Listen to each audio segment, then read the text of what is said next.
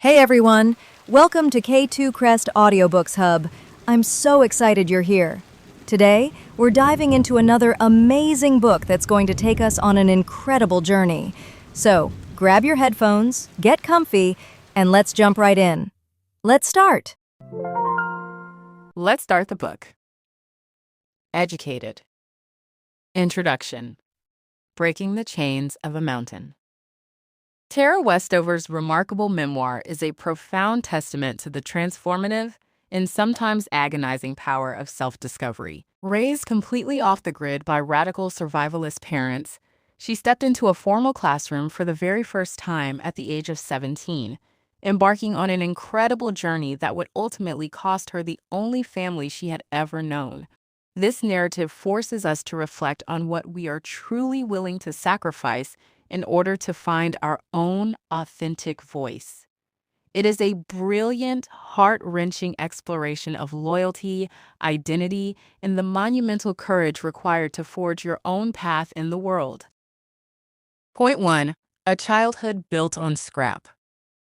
Nestled deep in the imposing shadow of an Idaho mountain known as Buck's Peak, a young girl's entire universe was defined by the jagged edges of rusted metal and the absolute unquestionable word of her father. The world outside this secluded sanctuary was not merely foreign, it was viewed as a sinister enemy waiting in the shadows to strike the faithful. To truly understand Tara's beginnings, we have to look closely at the soil from which she grew. Her father, Gene, was a man consumed by an overwhelming paranoia and a rigid fundamentalist ideology. He believed with every fiber of his being that the government was an inherently evil entity, run by the Illuminati, designed to brainwash children through the public school system and poison citizens through the medical establishment. Because of these deeply entrenched beliefs, Tara and her siblings were denied birth certificates, medical care, and formal education. They were ghosts in the eyes of the state, existing only within the fiercely guarded borders of their family's land. The environment on Buck's Peak was defined by an atmosphere of constant, looming catastrophe. Gene was a doomsday prepper, obsessively hoarding supplies, burying fuel tanks, and canning thousands of jars of peaches to prepare for the days of abomination. This apocalyptic worldview meant that the children were enlisted as soldiers in a war against the end of the world. Their days were not spent learning arithmetic or reading literature, but rather laboring in the family junkyard. The junkyard was a chaotic, incredibly dangerous playground of twisted steel, heavy machinery, and sharp iron. Gene believed that God and the angels would protect his family from harm, a belief that led to a horrifying series of preventable accidents. One of the most striking elements of this early life is the sheer physical trauma the family endured. When Tara's older brother Luke accidentally spilled gasoline and suffered horrific burns down his leg, there was no frantic call to an ambulance. Instead, he was carried down to the basement where their mother, Faye, treated the agonizing wounds with homeopathic tinctures, lobelia, and raw honey.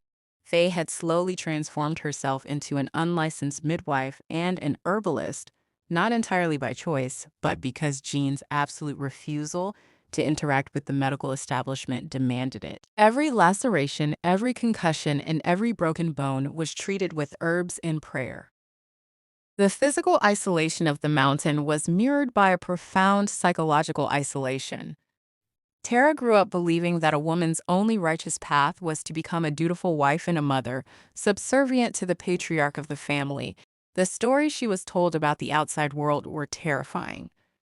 Jean frequently recounted the tragedy of the Weaver family at Ruby Ridge, painting a vivid, terrifying picture of government agents descending on a righteous family to murder them.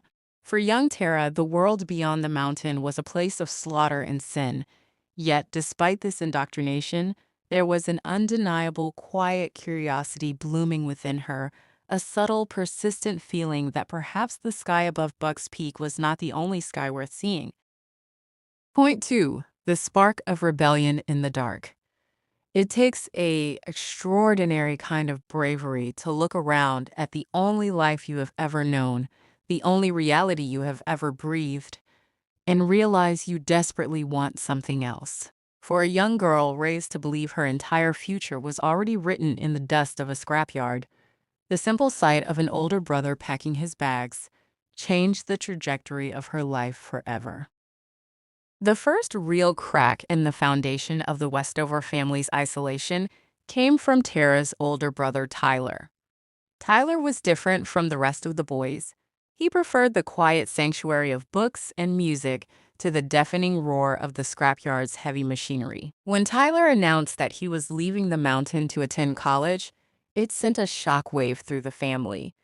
Jean viewed this departure as the ultimate betrayal, a surrender to the very forces of evil he had spent his life fighting. But for Tara, Tyler's departure planted a powerful, irreversible seed. It demonstrated that leaving was physically possible. Around this time, Tara began to search for small, hidden avenues of escape and self-expression. She discovered she had a beautiful singing voice and began performing in local choir productions. This tiny taste of the outside world was intoxicating. She even took a dance class, an act of quiet rebellion that quickly collided with her father's rigid moral code. When Jean saw the modest dance recital outfit she was required to wear, he was consumed by a righteous fury, branding her with the word whore. This deeply traumatic moment highlighted the impossible tension between Tara's growing sense of self and the suffocating constraints of her father's worldview. She realized that any attempt to exist outside of his strict parameters would be met with hostility and shame. Driven by a desperation she barely understood, Tara decided she needed to escape. The only path out was the one Tyler had taken: education. She purchased a used algebra textbook and began secretly studying in the basement. The process was agonizing.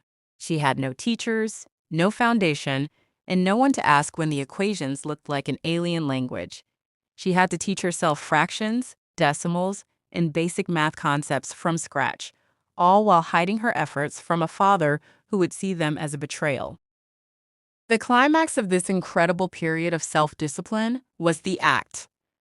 Tyler had told her that if she could score high enough, Brigham Young University BYU might accept her, even without a high school diploma. The morning of the test, Tara drove herself to the testing center, stepping into an environment that felt completely terrifying. She had never taken a timed exam, she didn't know how to fill in the bubble sheets, and she was surrounded by teenagers who spoke a cultural language she did not understand. Yet, against all odds, her relentless basement studying paid off. She passed the exam. She had forged her own key to unlock the heavy gates of Buck's Peak. Point 3. The protector who became the monster. The monsters in our lives rarely announce themselves with bared teeth. They often arrive disguised as saviors, protectors, and friends. When an older sibling returns home from the outside world, the initial relief of companionship can slowly, almost imperceptibly, curdle into a suffocating nightmare of control and violence. As Tara was plotting her escape through textbooks, the atmosphere on the mountain shifted drastically with the return of her older brother, Sean. Initially, Sean was a breath of fresh air. He was charismatic, protective, and seemed to offer a buffer between Tara and the relentless demands of their father. He defended her, joked with her, and made the heavy atmosphere of the scrapyard feel a little lighter. But this honeymoon period was tragically short-lived. Sean suffered a horrific accident, falling from a great height and sustaining a severe traumatic brain injury. Because of the family's absolute ban on hospitals, he was treated at home. Following the injury, a dark, terrifying transformation took hold of Sean. His protective nature twisted into extreme, violent possessiveness. The abuse began subtly, disguised as roughhousing or brotherly discipline, but it quickly escalated into unspeakable cruelty. Sean became the enforcer of the family's rigid moral code, taking it upon himself to punish Tara for any perceived independence or sinful behavior. If she wore lip gloss, spoke to a boy, or showed too much confidence, his retribution was swift and physical. He would twist her wrists until she thought the bones would snap, drag her by her hair down the hallways, and force her head into the toilet, demanding she acknowledge her own perceived worthlessness. What makes this chapter of Tara's life so profoundly heartbreaking is not just the physical violence, but the deep psychological manipulation that accompanied it. Sean would violently assault her and then hours later leave a heartfelt apology and a gift on her bed, claiming he didn't know what had come over him. This cycle of extreme violence, followed by intense affection, created a devastating cognitive dissonance in Tara's mind. She loved her brother, but she was absolutely terrified of him. She began to write in her journal, but even there she censored the truth, minimizing the abuse and blaming herself for provoking him. Perhaps the deepest wound of all came from the silence of her parents. Faye, her mother, saw the bruises.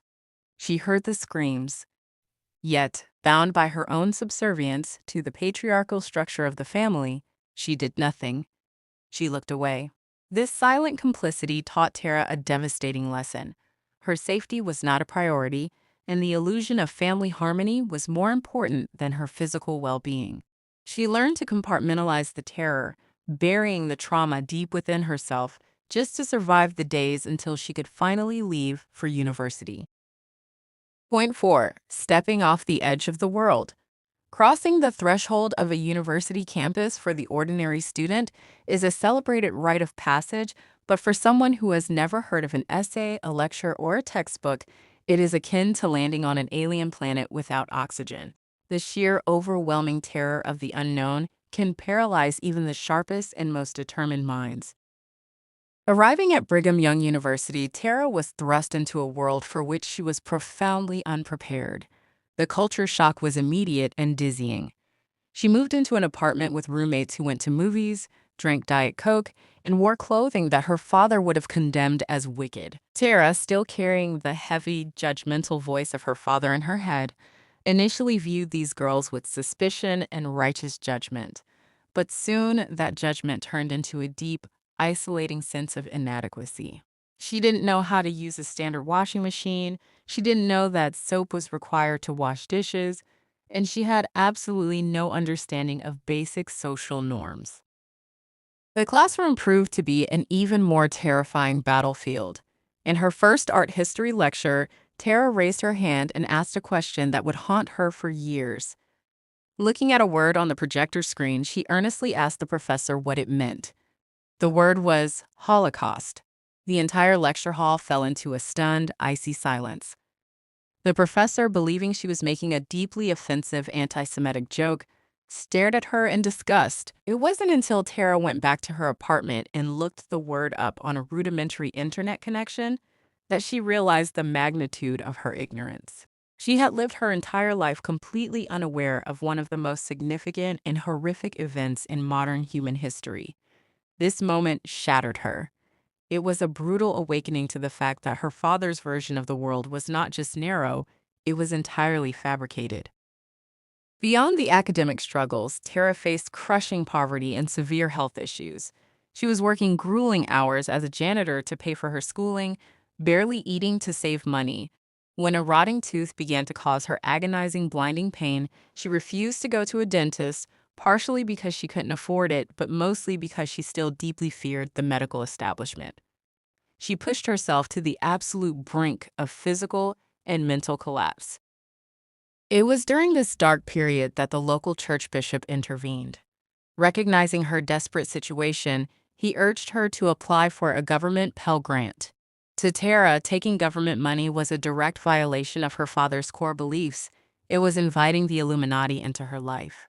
The internal battle was agonizing, but the physical pain and her desperate desire to stay in school finally won. She accepted the grant, went to the dentist, and experienced the profound relief of modern medicine. This was a crucial turning point, a physical and symbolic acceptance of the world her father had taught her to hate. Point 5. Oceans away from the scrapyard. Sometimes you have to travel thousands of miles away from everything you have ever known just to see your own reflection clearly. Standing among the ancient cobblestone streets of England, the rust and dirt of the Idaho junkyard finally began to wash away, revealing a brilliant, capable scholar underneath. Tara's relentless work ethic eventually caught the attention of her professors.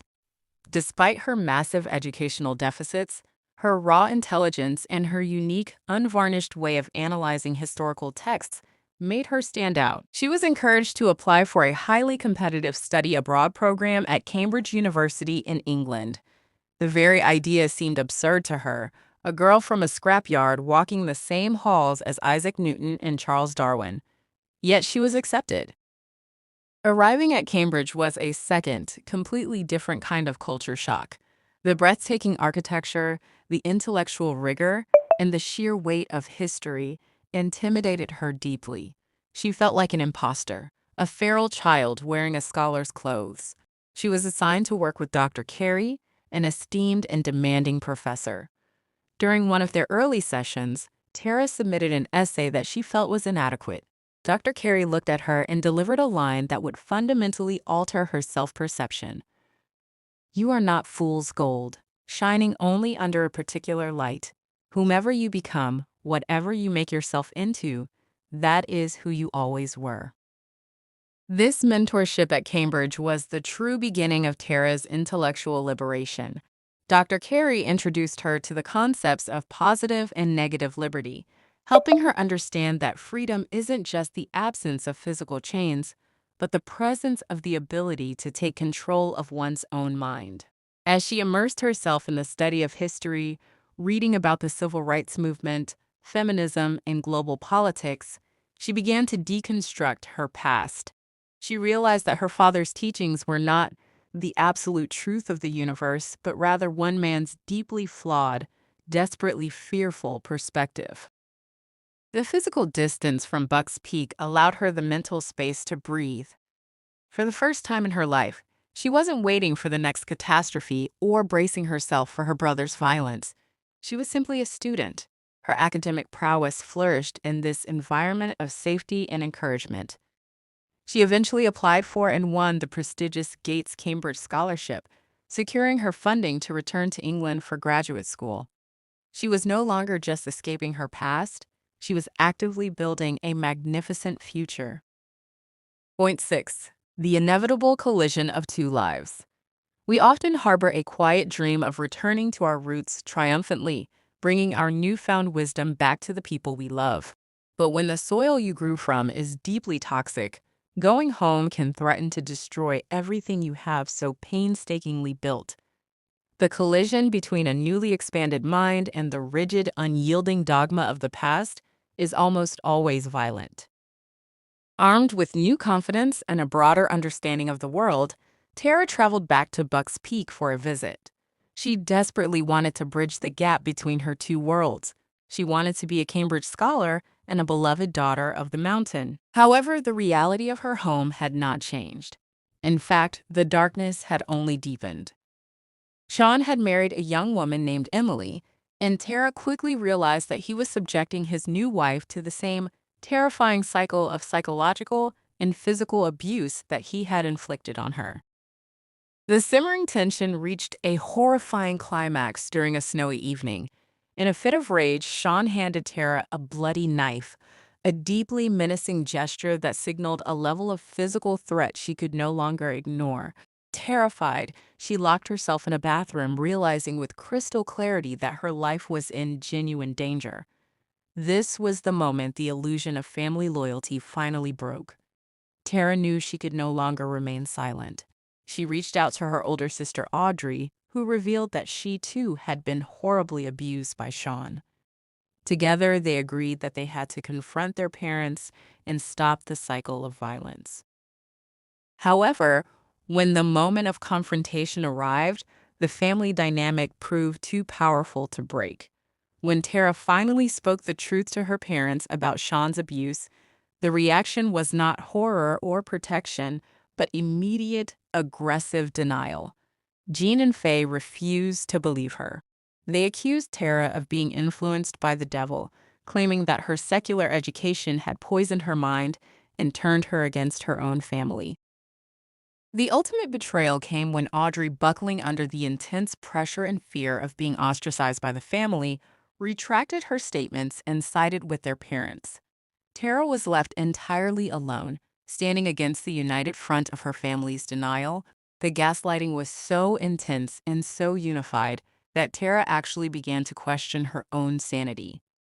She wondered if she had hallucinated the abuse, if she truly was the villain her parents claimed her to be. It was a psychological breaking point, demonstrating the terrifying power of a shared delusion over a single isolated truth.